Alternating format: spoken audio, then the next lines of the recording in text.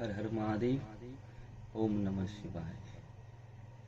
ऐसा सुनते होंगे बहुत लोग ध्यान के अनुभव पे बातें करते हैं, बहुत कुछ बताते हैं, ठीक है ना, जिसमें कुछ तो मिथ्या होता है, ठीक है, कुछ महज अपने आप को ना जाने क्या क्या दिखाने हेतु ऐसे अनेकों अनुभव का जिक्र करते हैं कि मेरे को ध्यान में ऐसा अनुभव हुआ, मेरे को ध्यान में ऐसा अनुभव हुआ, है ना।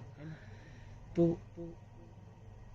ध्यान के दौरान जो अनुभव होते हैं, इसकी दो समीकरण और दो तथ्य होते हैं, ठीक है।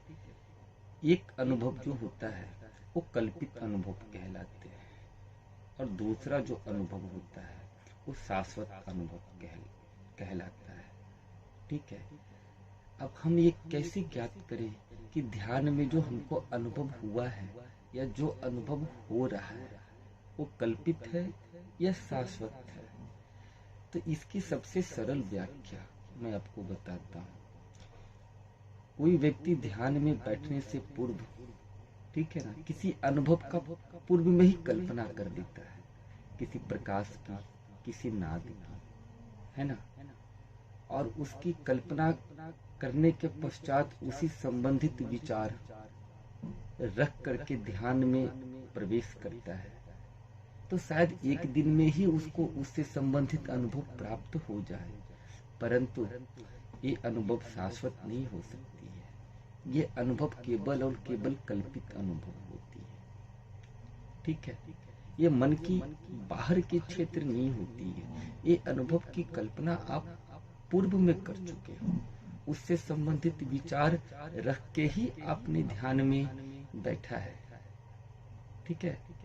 तो ये अनुभव उसी प्रकार से होंगे जिस प्रकार की कल्पना या विचार के साथ आप इस ध्यान को शुरू किए हो।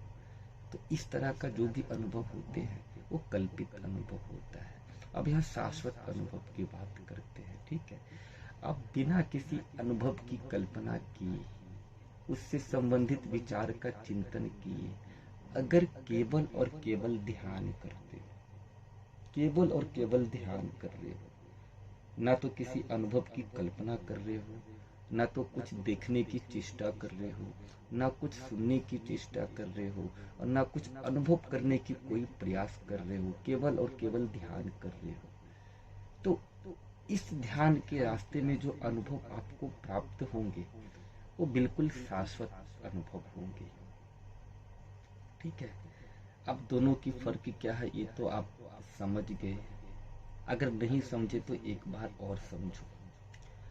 अगर किसी अनुभव की कल्पना आप ध्यान में बैठने से पूर्व कर लेते हो और निरंतर उसी संबंधित विचार और भाव के साथ अगर आप ध्यान करते हो, तो हो सकता है उससे संबंधित अनुभव आपको महज 30 मिनट या 1 घंटे के ध्यान में प्राप्त हो जाए, तो ये कल्पित अनुभव कहलाता है, ठीक है।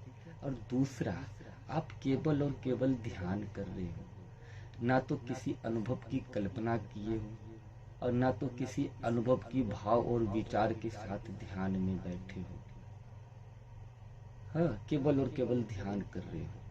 तो यहाँ जो आपको अनुभव, आंतरिक स्तर पे जो आपको अनुभव प्राप्त होंगे, ये शाश्वत अनुभव होंगे, ठीक है।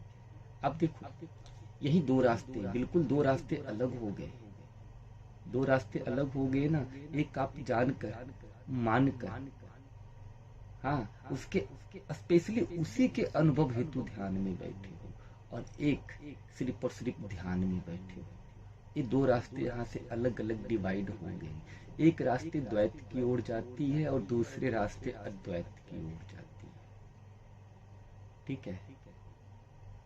तो इससे सरल व्याख्या कल्पित अनुभव और शाश्वत अनुभव, द्वैत और अद्वैत की दूसरी कोई नहीं हो सकती है, ठीक है। अगर इसकी थोड़ी सी और गहराई में उतरोगे तो योग, जहाँ पे ध्यान योग की बात आती है, वहाँ विषय को केवल विषय के रूप में देखा जाता है, परंतु जैसे ही आप द्वैतवादी क्षेत्र में प्रवेश करते हो और इस रास्ते अथवा समीकरण के सहारे साधना करते हो, तो यहाँ क्या होता है, अब किसी चीज पे पूर्णता विश्वास कर रहे हो, इसकी समीकरण पूर्णता अब जो जाने हो उस पे विश्वास कर लिया, उसको मान लिया, उसके प्रति श्रद्धा और विश्वास बना लिया, तो यहाँ आप वैसे अनुभव प्राप्त करोगे जिसकी कल्पना आपने पूर्व से ही अपने चित्त में स्थापित कर लिया। एक मन की माया होती है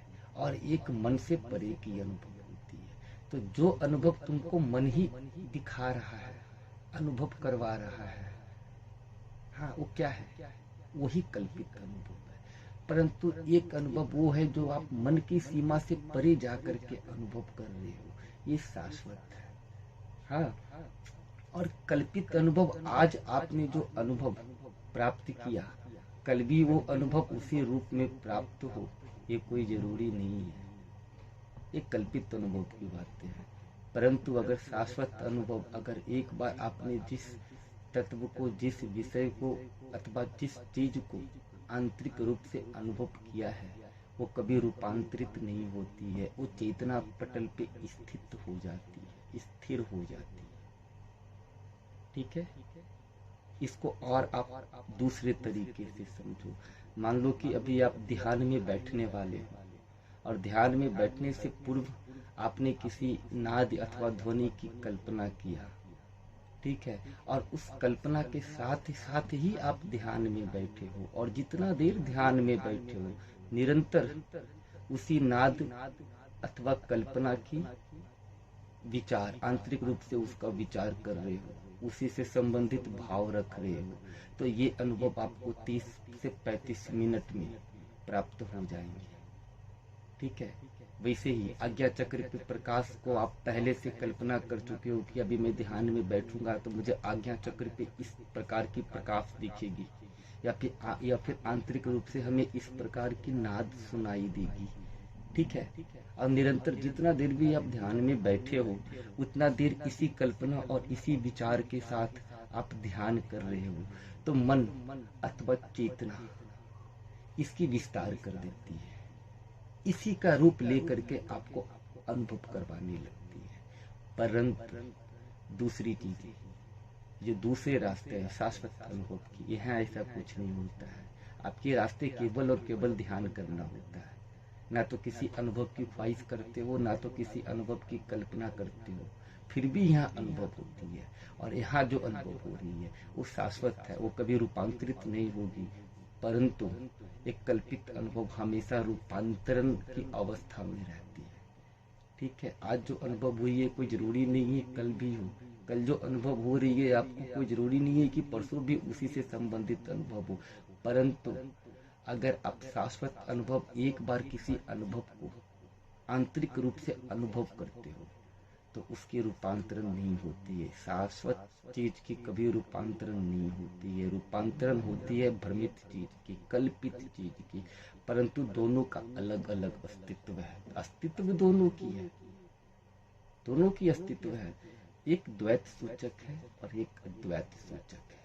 और मैं आपको एक सलाह देता हूँ, आप अपने स्वभाव के अनुसार ये तय कर लो कि आप द्वैत के सहारे रास्ते तय करना चाहते हो या अद्वैत के सहारे रास्ते तय करना चाहते हो। अगर द्वैत के सहारे रास्ते तय करना चाहते हो तो अद्वैत समीकरण को आपको भूलना होगा।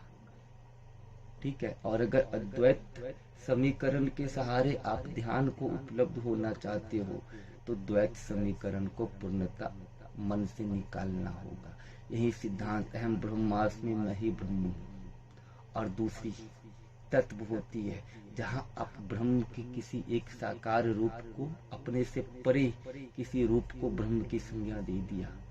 जैसे यहाँ पे किसी देवी देवता का प्रत्यक्ष अनुभव अगर कोई लेता है तो ये द्वैत साधना के अंतर्गत आती है। परंतु जो अद्वैत साधना के अंतर्गत जाते हैं वो इस तथ्य को जानते हैं कि हमारी चेतना ही अनेकों रूप को धारण करके अपना अनुभव प्रकट करती है। ठीक है,